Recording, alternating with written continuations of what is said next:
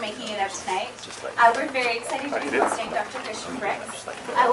He'll be doing a talk on the benefits and history of bone broth. So Dr. Christian is a chiropractor who works out of beautiful Kelowna B.C. He's very passionate about helping people both in and out of the clinic setting by sharing his knowledge about how to live optimally and to thrive. So here to share his knowledge about this delicious and nourishing superfood, Dr. Christian Brix. Thank you. Thank you. Thank you so much for being here. All right. Hello, everyone. Thanks for answering. So, sorry, how much time do I have? You have an hour and 15 minutes. Okay. And I can signal you. Yeah, that's fine. When you're down. I've got this. I haven't done this presentation before, so it could be like 9 minutes, or it could be like 3 hours. I don't know. It depends how fast I speak. Anyway, thanks everyone for coming out. As you heard, my name is Christian Brix. I own a wellness clinic in Kelowna. Who's been to Kelowna? All right. I also own a company called a Broth company, which is part of why I'm here, believe it or not. I just wanted to say thanks to the whole team. Health Essentials has been amazing for our company, but also just in general. Obviously, you guys all know you're all here. So anyway, we could not be more grateful for the team here at Health Essentials. They actually helped us with our original launch this year at the Victoria Health Show, and that's kind of when we realized we might have had something with the bone broth, and it's been a roller coaster ever since. So oh, by the way, just so you know, if you have any questions or anything, there will be a lot of opportunities at the end. If there's something really pressing, like you're just dying to ask me, then go ahead and interject. I promise you though that if I don't know the answer to your question, I'll probably make something up that sounds pretty smart. So, just in case you're wondering. So, the name of the talk is Your Grandma Was a Genius, and I feel bad because then I realized like some people's grandmas are still around, so I could have said is, I said was, and then I heard one of the customers said something about my grandma was definitely not a genius, so I thought that was kind of funny. Mine was. That's right, yeah, that's right, exactly. So, just so you know, I'm not going to stand here and read slides to you, but every once in a while, the content on the slide is pretty important, so I will take a little bit extra time and read it to you like we're in a class, but I promise you it's not going to be boring. The first couple are a little bit like that. So, looks like we're almost full screen here. Okay. Anyway, so for almost 2 million years, humans have been surviving and thriving by making the most of our environment. It has always been such that nature provides the best fuel on the planet to feed us and help us evolve. And for some reason, a lot of people have forgotten that. Obviously, not a lot of people in this room have forgotten about that. That's why you guys are here. But we do live in a society that that values food that's easy, fast, and able to sit on the shelf for a long time. Lots of preservatives out there nowadays. So basically, we've created a world of food that's full of preservatives, hormones, pesticides, herbicides, artificial sweeteners, processed ingredients, all that stuff, and of course GMOs. So we might talk a little bit about GMO stuff a little bit later on. Some of this might be a little sciencey, so I hope it's okay. It's not going to get too crazy, but just so you know, just be prepared. Okay, so bone broth. So this is my caveman. I love this little guy. I think he's adorable. One of the stars of the all-natural paleo superfood movement, like you're aware, is bone broth. So bone broth is made from a variety of different animal sources, as you can see there. And they were for our ancestors a way of allowing them to use and benefit from all the parts of the animals that provided them with sustenance. So by boiling the parts of the animals that they couldn't normally eat, early humans were able to extract quite a bit of nutrients out of the bones. So an interesting fact, I just read a really interesting book called Sapiens, which I loved, but the reality, of course, is that we haven't always been at the top of the food chain like we are right now. Right now we're dominating, we win, right? But our earliest ancestors were somewhere actually closer to the middle of the food chain. So, a lot of times there would be a kill, the meat would be gone, all the soft tissues would be gone, and the humans who weren't super good at cooperating and hunting and things at that point would show up for basically just what was left over, which essentially was the bones. And so our earliest ancestors had to find a way to use that nutrition, and of course, using the bones and the marrow, they were able actually to get quite a bit out of it. How's that so far? Any questions? Yeah, just one question. Yeah, please. The the products you use to make the bone broth, is that all grass-fed animals? We're going to get to that. I've got 72 slides about that. Stay tuned. So when we first started looking into bone broth as a group, I've got two partners that helped me start this this endeavor. Basically, for me, because I'm going to attach my name and my title to the product, I wanted to make sure that all the claims I was seeing on the internet, which were really unbelievably exciting, I wanted to make sure that I could say those things to people and put it on our packaging and really feel like it was supported by research. That was important to me. I didn't really want to put my reputation on something that was based on, you know, what Google says. So it was important to me, you know, to make sure that everything was backed up by research. So the claims that you're seeing on here are all things that I've literally seen and read the research for. Obviously, studies kind of range as far as how fantastic they are and how well done they are, but this is the stuff that I've been the most comfortable saying, and this is the stuff that we kind of have through most of the marketing things related to bone broth. And it's not just us, it's other companies as well. So bone broth, of course, works in an anti-inflammatory capacity. We're going to get a little bit more into this stuff later, but these are the basics right here. Faster recovery from injury in sport. One of the things that was really helpful for bone broth people was when Kobe Bryant, he was in the, I think it was the LA Times on the cover talking about, yeah, what's that? That's why I'm sitting here, that's all. Oh yeah, nice, Kobe Bryant? Yeah. You're a basketball player, obviously? Yeah, Well, I'm you're a huge Kobe Bryant fan. okay, so there you go. I know, that's why I'm sitting here. Hey, wicked, yeah, good to know. Yeah. So yeah, he credited bone broth with helping his recovery from one of his injuries, and it basically healed about twice as fast as it normally would have. So he was on board and basically talked about how he drinks it every single day, and it's played a big role in his athletics in general until he retired. It doesn't make him pass more though. No. That's fine. So decreases in food allergies such as gluten and lactose. We're going to learn a little bit about how bone broth helps seal up the gut in a little bit here. And of course that goes into this fourth one here, which is reducing the symptoms of digestive disorders. Everything, I shouldn't say everything, it's associated with things such as IBS, Crohn's disease, acid reflux, and a leaky gut. I'd say of all the research on bone broth, the most hands down by far is on leaky gut syndrome, which is great because leaky gut sort of ties into, I don't know, a zillion other disorders and diseases. I think it's about a zillion. Proper probiotic, promotion of proper probiotic balance. Collagen, reducing appearance of wrinkles. We'll get into that a little bit as well. Promote healthy bone density and strength. And then, of course, promotes healthy skin, hair, and nails. So these are all things that aren't just something you find on Google. This is actually supported by research.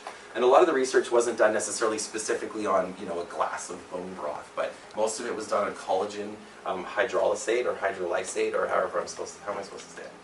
You don't care, okay. So basically, a lot of the study was done on collagen, which is the primary protein in bone broth. So that's where a lot of the research comes from. Okay, what slide am I on? 4. Okay, we're doing good. All right. So why do we care about bone broth?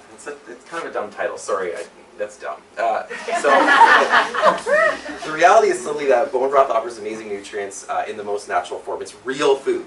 So the best broths are made, you know, fresh, like food, as opposed to, you know, adding stuff that we don't necessarily, that goes through processing and things like that. This is like actual real food that you cook and then eat. So besides amino acids, chondroitin, sulfate, glucosamine, and glutathione, the superstar of bone broth, of course, like I just said, is collagen protein. Collagen protein, okay. So the number one thing that a broth person is looking for is this collagen protein. Essentially, there's so many different things that collagen can do that I could do hundreds of slides, but I'm going to try to summarize it so that we can sort of see it in a little bit easier way.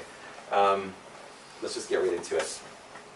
Are we having fun? Yeah, absolutely. Are you? We're always having fun. All right. So just quickly before I get into that, this is a little thing that comes up all the time. Technically, it's not really bone broth. It's technically bone stock. So some of you probably already know this. In the culinary world, stock is the result of simmering bones for a long period of time. Broth generally involves some sort of meat and other things like that. So technically it's stock, but broth just sounds better, and bone broth has 2 B's, so alliteration is better too, so that's why we just call it bone broth. But somehow the terms have become confused. And now, basically today, broth pretty much refers to any liquid simmered with anything from beef and fish to veggies and legumes. And I was just joking earlier that they're probably going to have like a dirt broth soon. Anything in simmered water is broth, so dirt broth. We might do that if we can make that happen. I got 2 laptops going, by the way, because we couldn't figure out how to do the slideshow. So this is collagen. Nobody else probably finds this as exciting as I do, but I think that's beautiful. So that's the triple helix made of repetitious amino acid. The sequence is basically glycine and then proline and hydroxyproline. Who cares except for me? But now you've seen it. That's collagen, and they're all hydrogen bonded together. And who cares about that? Oh, okay, nice. Thanks, hydrogen bonds. Nice. Okay, so here it is. So what is collagen? So collagen comprises this. I'm going to read this because this is really important stuff, and it's kind of small, actually. Sorry, everyone back there. Yeah, broth isn't really good for your eyesight, so sorry. Hey, who tried the broth downstairs? Did everybody get a little? Okay, so maybe after a little more too. So collagen comprises 30% of the protein in your body and 70% of the protein in your skin. So collagen really makes up the elasticity in your skin. Actually, interestingly enough, Lynn and Tyler drink bone broth all the time. Lynn's actually 86 years old. Tyler is 92. So I mean, it's unbelievable. So it's the basically, collagen is the scaffolding for your cells, for all your cells, tissues, organs. And it's basically responsible for the strength, the flexibility, and the elasticity of all those tissues. There's 28 different kinds of collagen in your body that they've identified so far. Who cares? But the most common types are type 1, which is basically your skin, tendons, and your vessels, veins, and arteries. And then type 2, which is the cartilage. So most people know what cartilage is. It sort of covers your joints. It's the soft tissue that supports the structure of your joints. So as we age, collagen production decreases significantly, leading to weaker and less elastic skin, blood vessels, ligaments, muscles, and tendons. This leads to tearing injuries over time as we get older. So everyone here is getting a little bit older, I think. So you probably notice that as you get older, you get a little sore, a little bit more irritated more easily. Injuries come a little bit more easily. And then, of course, they take a little bit longer to heal. Some people get wrinkles in their skin, I heard. And then hardening of blood vessels, and of course digestive issues come with time. So those are essentially just the effects of breakdown of collagen through aging. It's a natural process. Sorry, it's part of life. So there's actually research that shows that there are things that can cause collagen to break down faster than it normally would through normal aging. The most significant one is smoking. So smoking has been shown to break down collagen at an extreme level. Smoking, so essentially hardening of arteries, wrinkles in the skin, digestive tract damage, eyesight issues, and countless musculoskeletal issues. So when I sit down with patients who are smokers, which isn't as common anymore, thank goodness, I don't talk about lung health when I talk about smoking as a problem, because really lung issues aren't really the biggest thing at all that comes with smoking. It's the breakdown of collagen. And when you tie the smoking to the breakdown of collagen and then that to their pain, their eyesight issues, their digestive issues, their diabetes, their heart disease, all that stuff, that's all 100% connected potentially to their smoking. So most people know it's bad for you, but they don't understand it to that extent. And that's really the worst part about the smoking, is the damage it does to the collagen. The other thing that they found is exposure to ultraviolet light and high sugar diets. Those also cause the breakdown of collagen more quickly. That was the sugar thing surprised me. My girlfriend always gets mad at me for eating sugar, so don't look at me. Don't look at me. She's sitting in the front row. Dr. Jen. Everyone say hi. Sorry to embarrass you. Okay, here's something interesting. Collagen comes from the Greek word kolla, which means glue. And it cannot be absorbed through the skin, so I hope they don't sell anything here. But collagen cannot be absorbed through the skin, so you can get rid of all those products that you put on the outside of your body that have collagen in them, because it's not getting absorbed. And also, type 1 collagen fibrils are pound for pound stronger than steel, so that's interesting, kind of.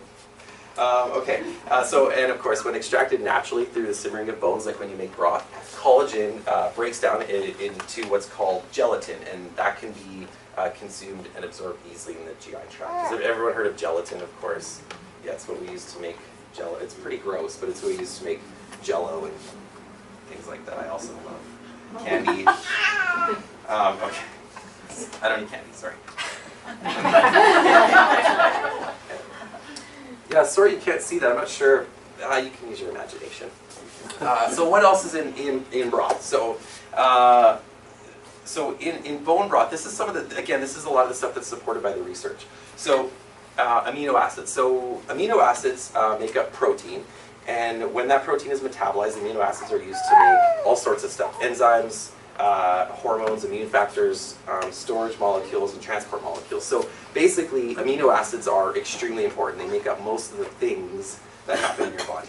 There are two types. Oops, sorry. Oh, you didn't see that. Never mind. Pretend that didn't happen. Sorry. Okay, so there's two types of amino acids. There are essential and non-essential. So essential, there's 9 of them. It means your body cannot manufacture it, so you need to consume it. You need to get those amino acids. Then there are 11, there's some varying things in there, but there's 11 non-essential amino acids. So those are the ones your body can make. However, until recently, so in theory your body can make them, so you don't need to eat them.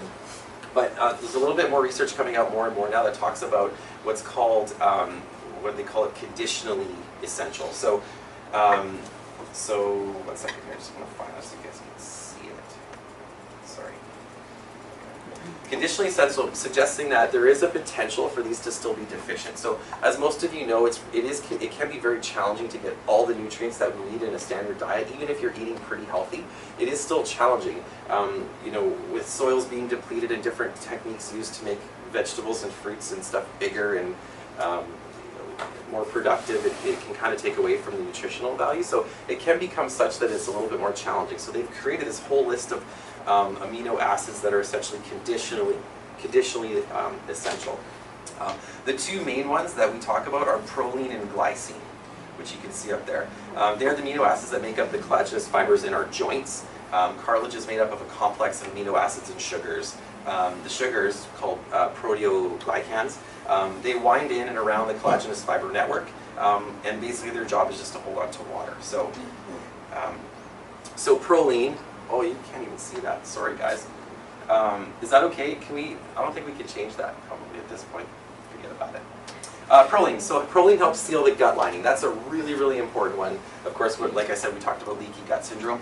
Proline is amazing. It helps seal the gut lining. It reduces cellulite and increases skin tension and elasticity, which we could probably all benefit from. Regeneration of cartilage and healing joints. So proline's the one probably that Kobe Bryant was the most excited about. All right. Okay, and then glycine. So the second one is glycine. Don't worry, there's only 4 I'm going to do. So the second one is glycine. So glycine's in charge of chemical detox of the body. It slows cartilage and muscle loss associated with aging and optimizing use of antioxidants. It also acts as an antioxidant. It's a neurotransmitter as well that helps with sleep and memory.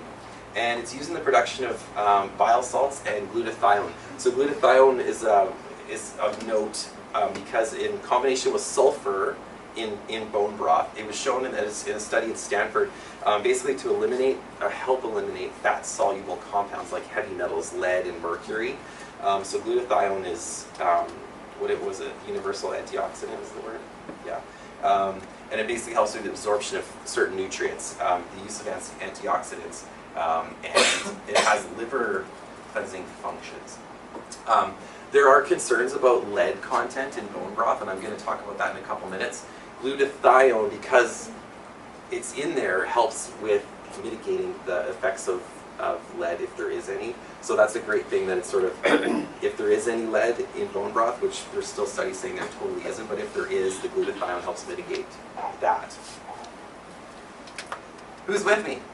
Yeah. All right, so here's the other 2. Like I said, there's only 4. The third one is arginine. So arginine improves circulation. Of course, fantastic. It helps repair damaged liver cells as well. It's used for wound healing and immune system function, and it's used in production of sperm, and it's used in production and release of growth hormones. So you can really start to see a lot of these amino acids are connected to all sorts of functions in your body, including now we're seeing hormonal stuff, immune function, things like that.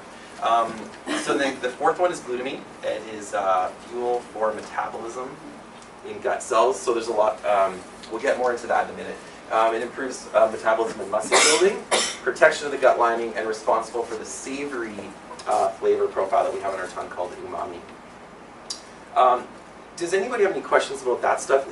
It's kind of point form, but I think you're starting to get a sense of how valuable the amino acids are that are in there. Is there any questions at this point? Yes. Is L-glutamine and glutamine the same thing? That's a good question. So there's different forms of glutamine. There's, I'm not positive on that actually. That's a good question. Do you have an answer to that? It would be L-glutamine. This would be L-glutamine, so it's the same thing. I just shortened it. Okay. There you go. I just shortened it. Good question. I defer to Jen, my girlfriend, in questions that I don't know the answers to. Okay, good. Got me there. I like that. Okay, making broth. So, who's made broth in here before? Seriously? Okay, wait. Who hasn't made bone broth before? Oh my. Nice. Okay. Thank you. Okay. So for you two, I'm just kidding. Broth is made by simmering bones for an extended period of time, and basically in an effort to draw all the nutrients that we just talked about out of the bones, obviously, right? So, okay. So the people that have made broth before probably recognize that it can be a bit of an arduous process, right? It's very time-consuming, and if you're using certain types of bones like beef, it stinks up your house. But it's absolutely worth it. So my first experience making broth, the long story short is I heard about bone broth as being something that could potentially be really beneficial. We decided to look into it, and I thought, you know what, before I do anything, I want to try making it myself. So I knew you had to do it for a long, long period of time, but I didn't really look into it too much. So I started the broth on the stove, and then I went to bed. And so I woke up in the morning, and when I came out, first of all, it smelled like the house was on fire. And then when I came out, I opened the pot, there was just like this black sludge at the bottom. So I think it was up too high, and I just boiled it all out. And it was the pan, I had to throw the pot out. It was a horrible experience. So I know it can be, if you don't do it right, it can be terrible, and it was terrible. Okay, so this is fun because I have to listen to me, you can't read it.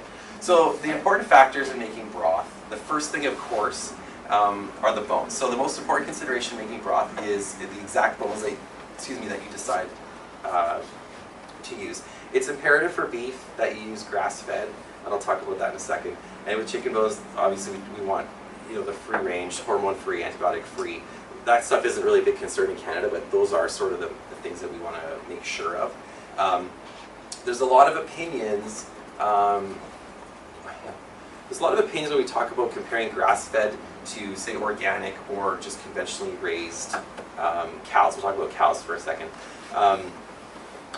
Besides being more natural of a diet for cows, grass-fed meat, for example, has been shown to have 5 times the omega-3 fatty acids in it and conjugated linoleic acid. So those are much, much higher in grass-fed beef.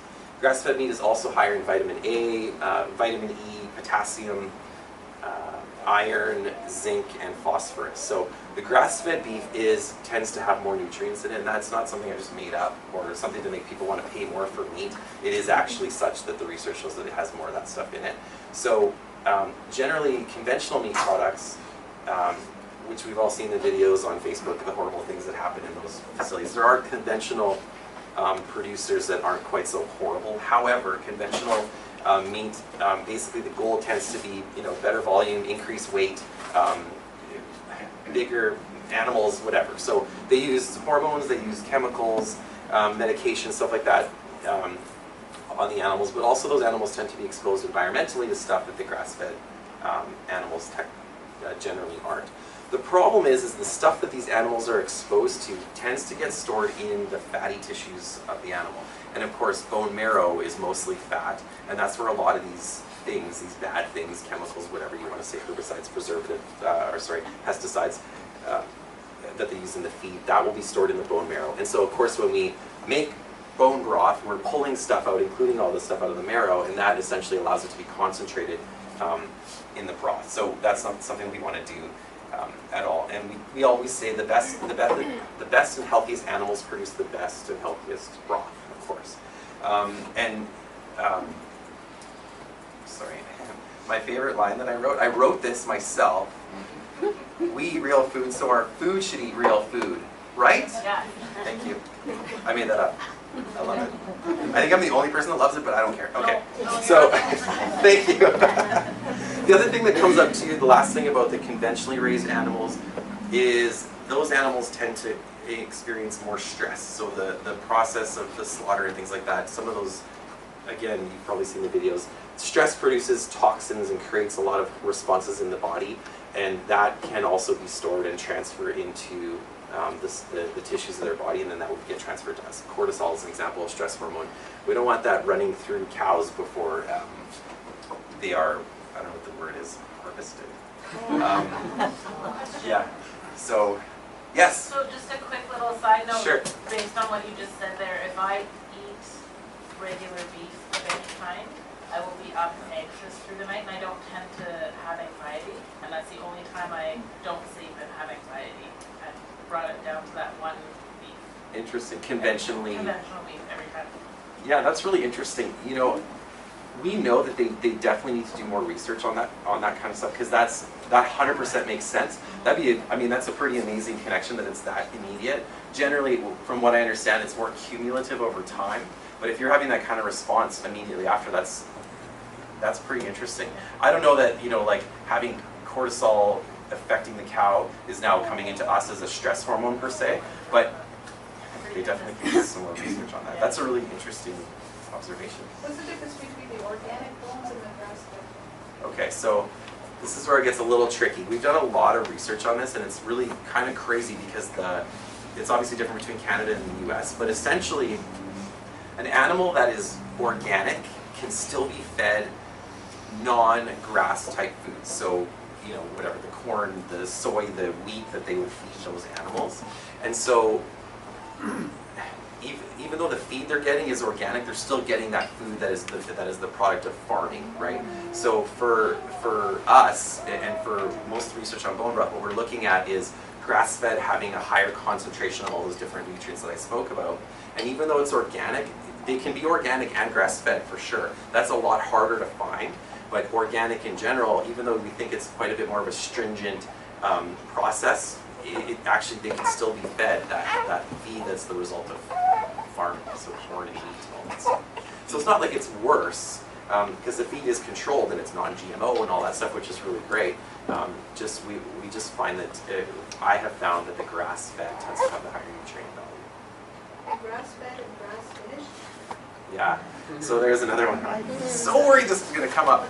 So so grass-fed and grass-finished is, you know, would be in theory the healthiest, the most fantastic, right? Especially for bones. Not as much for meat, because when you do the grain finish, they do that right at the end of their life, and that fattens them up really quickly, marbleizes, I guess, the meat a little bit more, makes for a little bit better meat. It's a little bit cheaper than grass-fed, grass-finished. But if you're trying to, that's the answer. That's the goal of grass-finished, or grain-finished, sorry, is to get them nice and fattened up. My partner and I, we talk about grain-finished is like going to Cabo, you know, for a week, and you get fat because you're drinking too much, and all-inclusive, you're eating too much. It's just like that. And then you're probably more delicious, I guess, after going to Cabo. There's a question. Grass-fed, grain-finished? That's right. So it has to be grass-fed, grass-finished. Yeah, I wouldn't say has to be. We actually use. To get the organic, you're getting the grains, although they're organic grains. So yeah. Grass-fed, you're getting them finished with grain at the end. So if you don't want any grain, it has to be grass-fed. Correct. Grass-finished. Correct. However, when it's at the end, so when the animal is growing up from its infancy, if it's being fed grain the whole time, that's a very different idea than if they're just getting it right at the very end. So it's not nearly, I guess I would say is it's not nearly as bad, because they're only just getting it right at the end of their life cycle, as opposed to growing up eating that the whole time. So grass-fed, grain-finished isn't a big deal when you compare, but yes, if you wanted in my opinion, the best of the best of the best, it's grass-fed, grass-finished. Very hard to find. For the ones that are grain finished, Yep. approximately how long do they get fed the grain? I know for a fact it depends on the producer, so I can honestly say I'm not sure. From what I understand, it's a couple of weeks, but I'm on the internet right now, so I don't want to say. I don't know. But that'd be absolutely, I should look that up for sure. It's the hardest thing is when you research this stuff, which I've been trying to do. There's so many different ways of doing it. Farms have totally different standards, and in the United States and Canada are so different. So it's just been really hard to sort of summarize it. So great question. I'm not sure. Yeah, I promised you I would make something up too. Yeah, 2 weeks. Yeah. As a certified organic farmer, I'll jump in here for a second. Oh, thank you. And tell you that in some cases it depends on the price of the grain. If grain is cheap, they get more. If grain is expensive, they get less. Really? All right. Yeah, thanks for that. That's crazy, but interesting, right? Okay. Did anything else I say, was anything else wrong in that whole thing? I know, yeah, totally not. I'm going to be like, okay. Okay.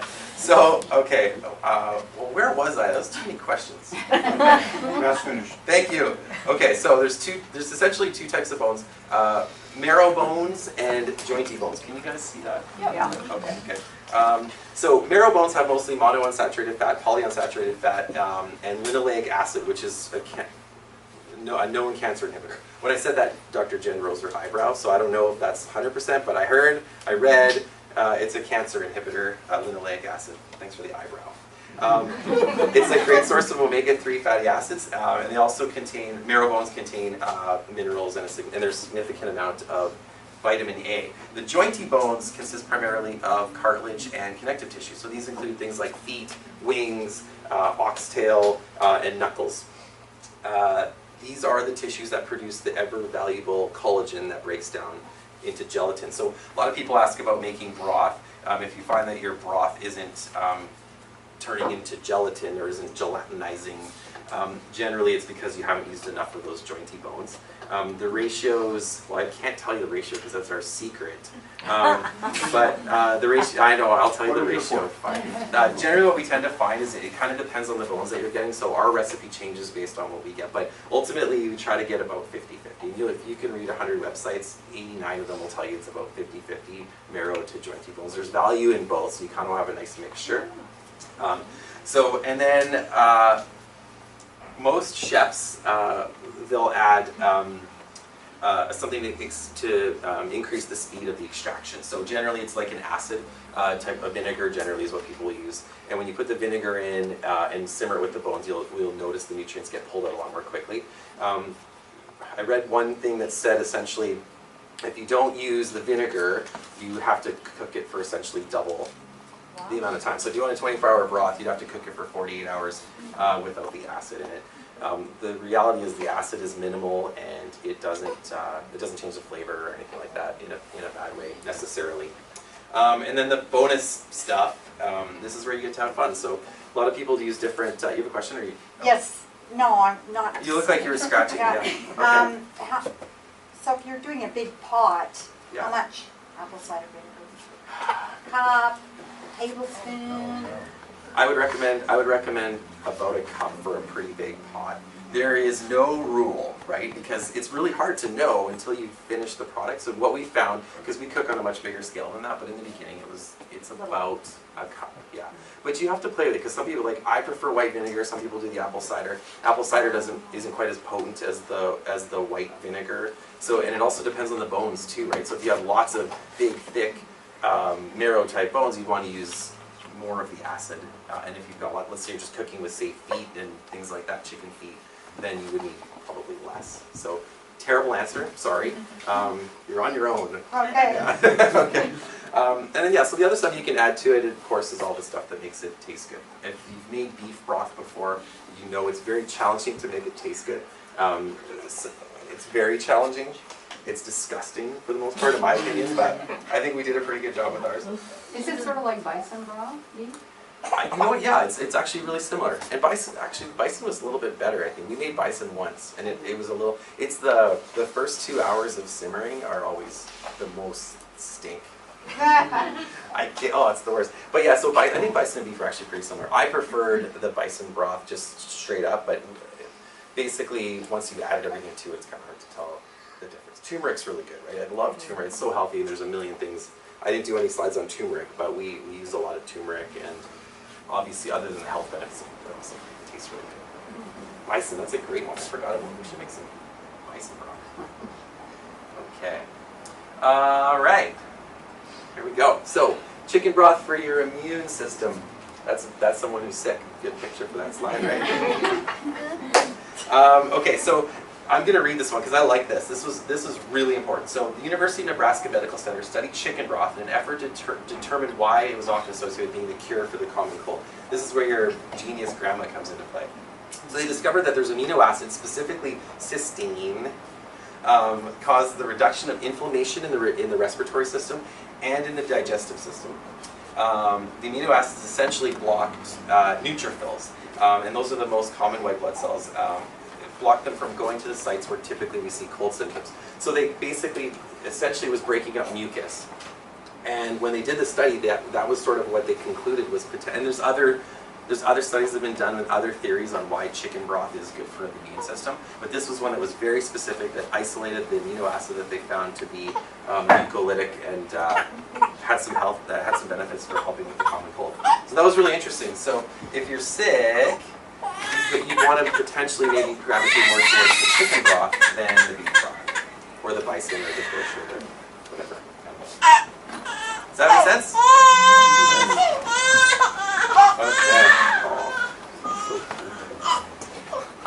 All right, how to use bone broth. We're doing great, by the way. We're killing it. Okay, so in my practice, what I generally tend to recommend is a 21-day period to start brothing. That's the word we love, brothing.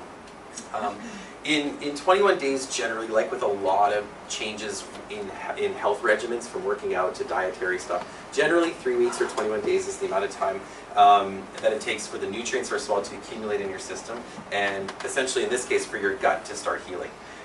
Generally, results can be seen in 3 weeks, but it's important to remember, that if something's good for you, it's not necessarily going to create amazing, fantastic, crazy reactions and results, right? It's kind of like brushing your teeth, right? You don't brush your teeth every day so you don't get a cavity tomorrow. You just do it because it's good for you and you never get a cavity, yay, right? So in this case, it's the same idea. So a lot of people have started, they've done the brothing for 21 days, and the patients say, oh, I feel pretty good, but I, didn't change my life, or I'm not, I don't see better or anything like that. But of course, it's a healthy lifestyle choice. It's kind of like eating healthy. It's not like I start eating spinach today and then in 3 weeks, I'm a better person. It's just I'm healthier, right? So I don't know why I needed to say that, but I just feel I needed to say that. Okay, so the other thing, of course, is be patient. And then people always ask me, like every day we get emails, what is the amount? So what I tend to recommend is about 250 mils a day, depending on which broth you're doing. Generally, if you make broth at home, you're probably looking at about 5 to 10 grams of protein in 500 mils. So in this, so in 250 mils, you'd be looking, maybe up to 5 grams of protein. That tends to be the amount of protein that's in it. So 250 mils, though, if you're drinking, say, one of our broths, which are really, really high in protein, 250 mils tends to be about the amount that we would want to recommend. I find that if people start drinking more than that sometimes, it can be too much protein. So for example, one of the beef one that we do is 57 grams of protein in 500 mils. So if you're drinking 500 mils, it's like you're almost getting 60 grams of protein. So for a lot of people, that's a lot. So is that just because you do it more concentrated as opposed to adding? It's not. It's actually not more concentrated. Basically, the way we get our protein so high, other than the stuff I can tell you, is essentially we do like a bone marrow recovery type thing. But also, it's just the bones we choose, the amount of time that we cook it for, and the acid that we use. But so, it's not adding. No, we don't supplement it and we don't concentrate it. It's pretty much, I wasn't going to talk about our broth too much, but we cook it fresh and we flash freeze it. There's nothing added or anything like that. So up to 30 grams of protein from bone broth per day is probably where most people would want to be. I'll drink 500 mils and be okay. It's not quite a meal replacement legally, but I feel pretty good after drinking 57 grams of protein. Does that make sense? That did not come out well, but are we good? Okay. Whew. gonna make some edits. Okay. Okay, so this is an important slide because we get this question from time to time. Recently, concerns about lead content in bone broth have come to the surface in a study that was published in the Journal of Medical Hypotheses, which I've never heard of. I don't know, it seems like a weird... Anyway, that was where it was published and people kind of went a little bit crazy. So of course, lead is a neurotoxin that's certainly worth considering as its ability to cross the blood-brain barrier and the placenta exists, and it's associated with countless neurological disorders. Everyone knows lead isn't good for you. And of course, I shouldn't say of course, but it's especially dangerous in children. Children absorb up to 50% of lead that they're exposed to, whereas adults it's only between 1 and 10%. So children being exposed to lead is a much bigger deal than it is for adults. And basically what the study showed that broth made with bones and or chicken cartilage was shown to have levels of 7 to 9.5 micrograms per liter of lead. So the problem is that the EPA sets a maximum lead allowance in drinking water. EPA is the Environmental Protection Agency. They have a maximum allowance in drinking water of 15 micrograms per liter. So they were showing this study like, oh my gosh, 9.5 micrograms per liter in chicken broth. It was still below what the EPA allows for water. But don't worry, it gets better. Subsequently, so basically the study was largely discredited due to failure to disclose a whole bunch of details about the chicken, where they were raised, what they were eating. There was a lot of stuff that was kind of left out. They didn't answer any questions about the farm.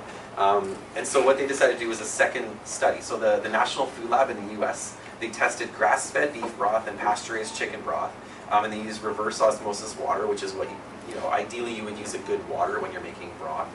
But tap water in Victoria or most of Canada is not necessarily contaminated with lead. But anyway, and they found when they... You have to go to Michigan. What's that? You have to go to... Yeah, if you want lead, go to Michigan. Yeah, good point. So what they found when they did that with the grass-fed beef and pasture-raised chickens with reverse osmosis water was there was 0 lead detected in any of the samples. So again, it's another argument for using the better bones for making broth. And yeah, so essentially that was what they concluded, was that the National Food Lab study was a little bit cleaner and had a little bit more detail. And what the conclusion is for us with our stuff is essentially we need more research.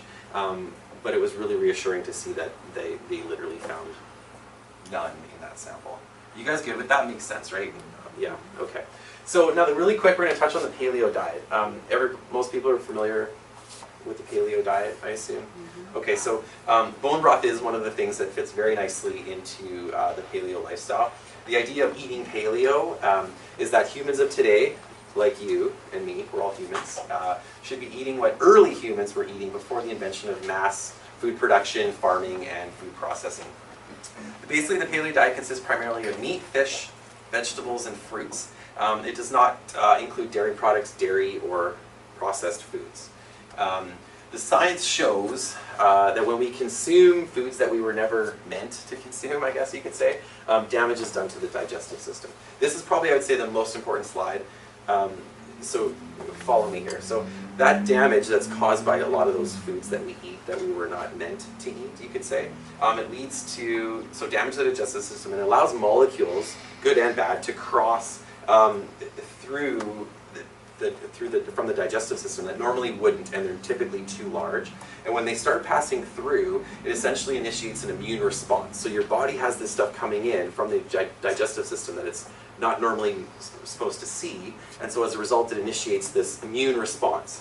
That immune response stimulates pro-inflammatory cytokines and IgG antibodies, which ultimately lead to inflammation. So now this food has created damage to the digestive system, which creates an immune response, which creates inflammation. So inflammation now becomes a much, much bigger problem. When we talk about inflammation, we're not just talking about right there in the digestive system. That actually spreads throughout your body. So that's essentially now called systemic inflammation. And that systemic inflammation is essentially, so you have general systemic inflammation and you have digestive defense happening at the same time. It can lead to multiple health issues. And when I say multiple health issues, I mean a giant list of things that most people have either been exposed to or know someone who has. lupus, rheumatoid arthritis, multiple sclerosis, chronic or generalized fatigue, just feeling tired, IBS, diabetes, Crohn's, celiac disease, even things like depression, anxiety, eczema, brain fog, and of course weight gain. So these are literally all the result of systemic inflammation. We see there's even connections, like systemic inflammation is such a big deal that that's where a lot of research is going nowadays. Even in the dental world, people that have, say, chronic gum disease, they're showing a connection between chronic gum disease and heart disease simply because of that chronic inflammatory state in the body. And so they're actually showing that if these people are getting their gum disease treated, that their heart conditions are lessening. So systemic inflammation is huge, and it's everything from just feeling tired all the way up to these pretty big diseases like multiple sclerosis and things like that. Would that also mean that you could possibly not absorb your iron as well, like those kind of things too?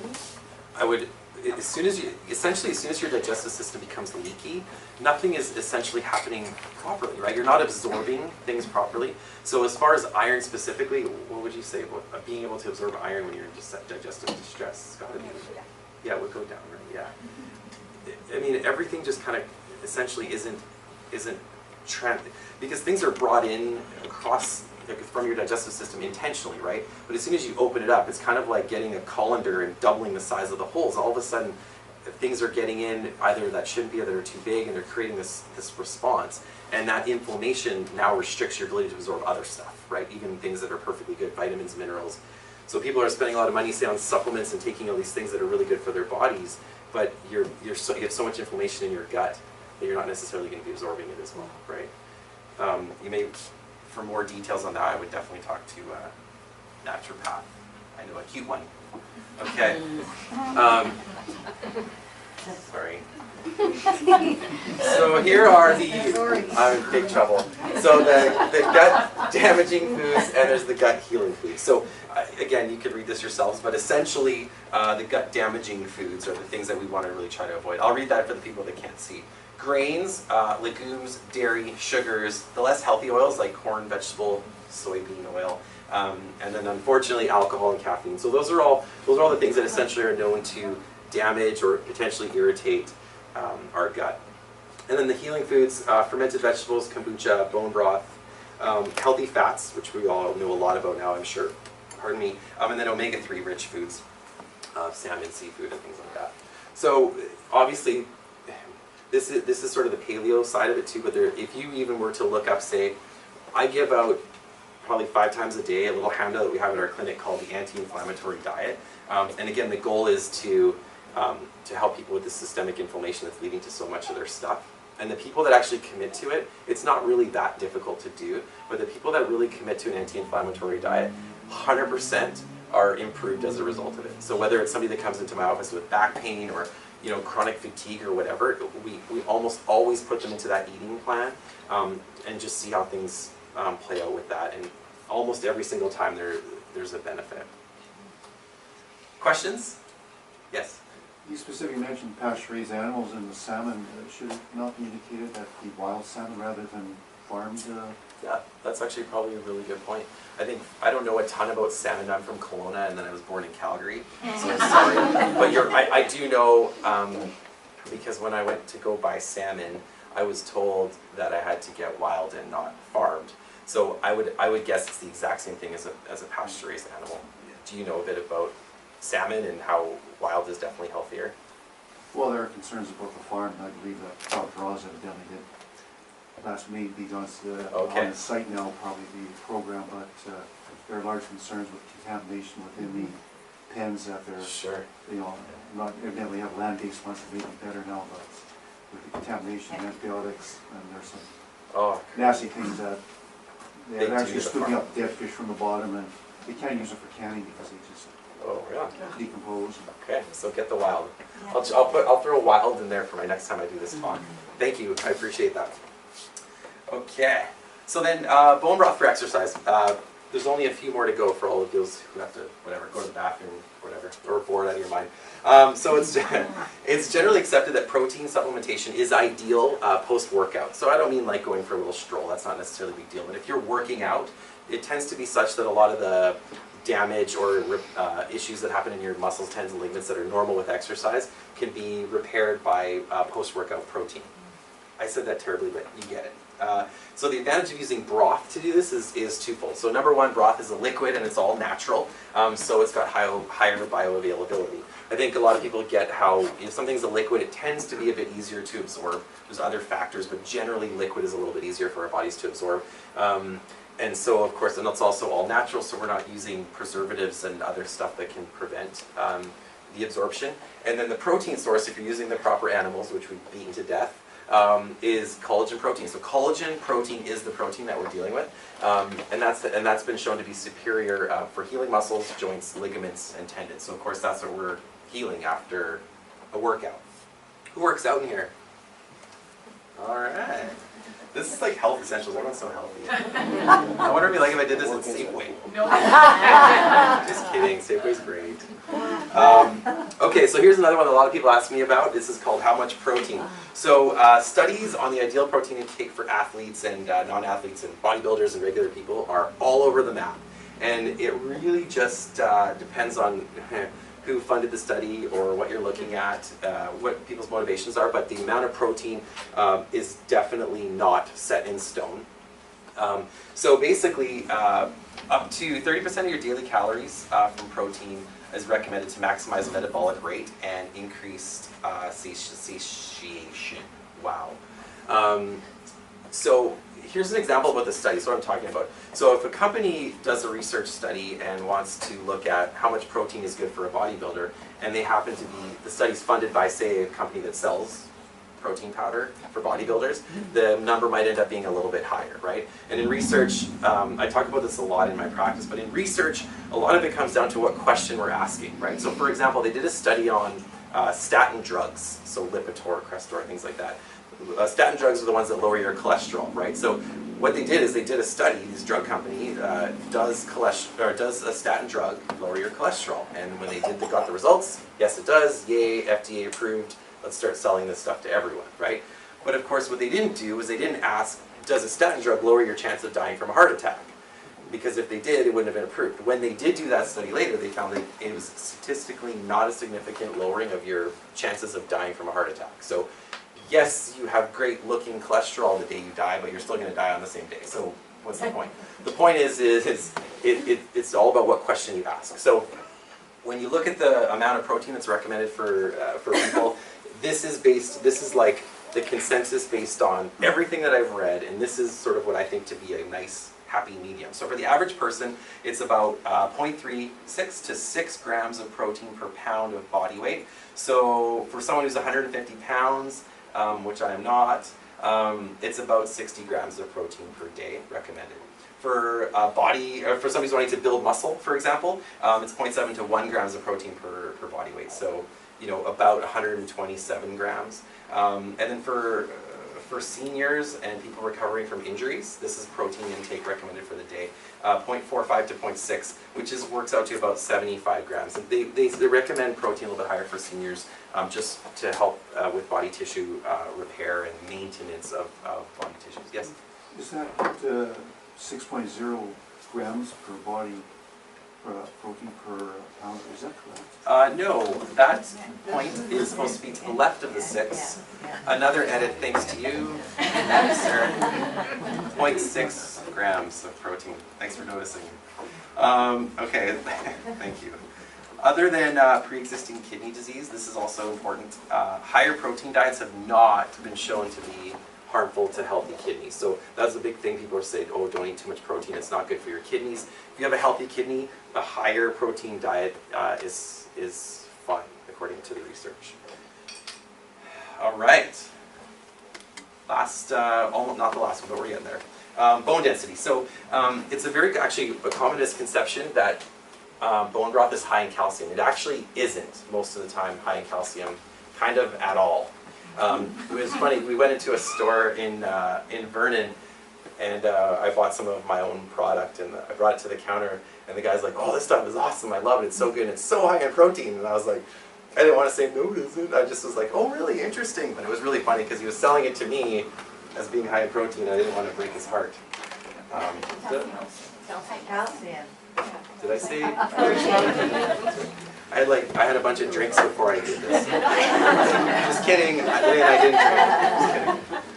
Okay. So when it comes to bone density, this is something that I deal with a lot in my practice, and I'm a little sensitive about this stuff because you can see people getting taken advantage of quite a bit when it comes to bone density.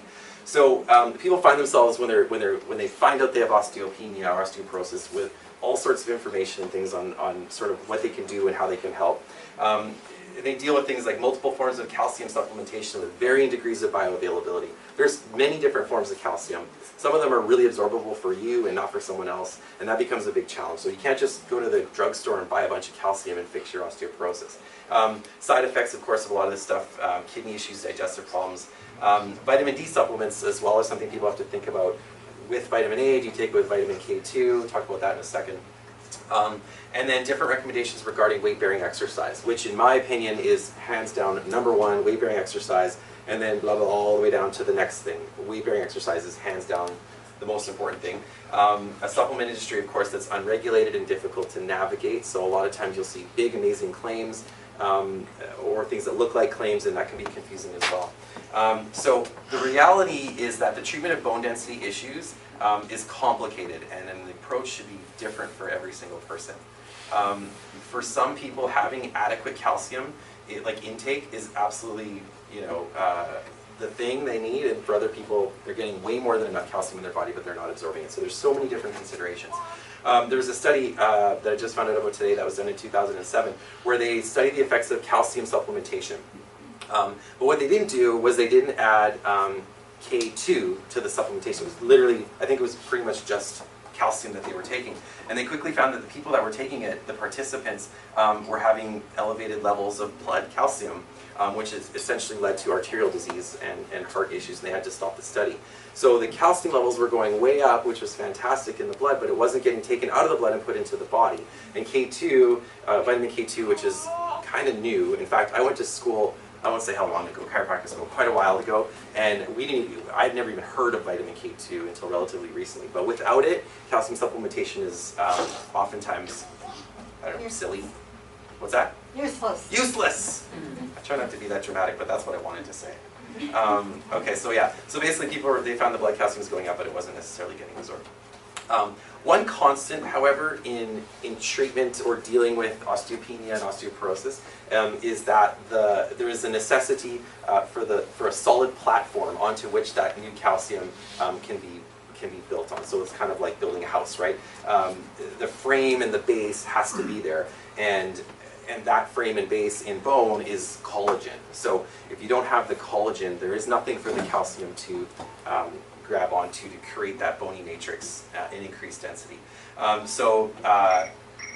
There was Dr. Milan Adam it was the Institute for Rheumatism in Prague. They studied collagen, and what they found was collagen related to bone density. So what they found was they noticed with collagen supplementation decreases in collagen loss over time in the bone. They noticed a decrease in bone loss over time. They noticed a significantly reduced risk of fracture over time, and enhanced and prolonged effects of calcitonin. And calcitonin is what lowers your blood calcium. That was a really, really important study because it showed the value of collagen for bone density. And then, of course, there was another study by Dr. Roland Moskowitz at Case Western who found very similar results. There's actually 2 really good studies that were done looking at collagen supplementation for bone density. So what am I saying? What I'm saying is that bone broth, besides being absolutely delicious if done correctly, is one of the cleanest, purest, and most efficient ways of getting some of the most important nutrients we need in our bodies. It is considered one of nature's superfoods because the health benefits are extensive and they come from real food. I challenge you to make it yourself, and when you realize what a pain it is, I recommend trying ours. So we've got basically our beef, our chicken, and our vegan. I wasn't going to say too much about ours, but there it is. It'll be available here. the logo on your vegan. Yeah. Is that So- part of the? So yeah. So here's the funny thing about that. We're selling bone broth and doing well. We were nationwide. Things are going really well, and we get every single time we would do a demo or a trade show or whatever, people would say, "Oh, do you have a veggie broth?" Like almost like we're a soup company, which we are not. But we got asked so many times, we thought, well, fine, we'll just make one. So we created our vegan SKU, which is essentially hemp hearts and red lentils. With a bunch of other stuff, but it's extremely high in protein, iron, and fiber. So it's got a lot of value. There's no collagen protein. It has none of the benefits for the same reasons that the bone broths have. But it kind of rounds things out nicely on the picture, and also people really love it when we do tastings of it. People go crazy. It's really delicious. So yeah. They're not getting benefits. They're not getting the same benefits at all, but I mean, they wanted it, so fine, you know. Yeah, you know, if they want a turkey, we'll probably give them that too. Thank you guys so much. If you guys have any more questions, I can hang out here for a little bit. Thanks for listening to that. To be honest, it was my first time doing that talk, so sorry if it was a little bit chopped up. I literally finished it this afternoon. But thank you guys for your attention, and I'll be here if you have any questions at all. And try some broth. Are we still demoing, or okay, yeah. Do you have anything else you want to say before everybody No, runs thank away? you so much. Okay, thanks guys.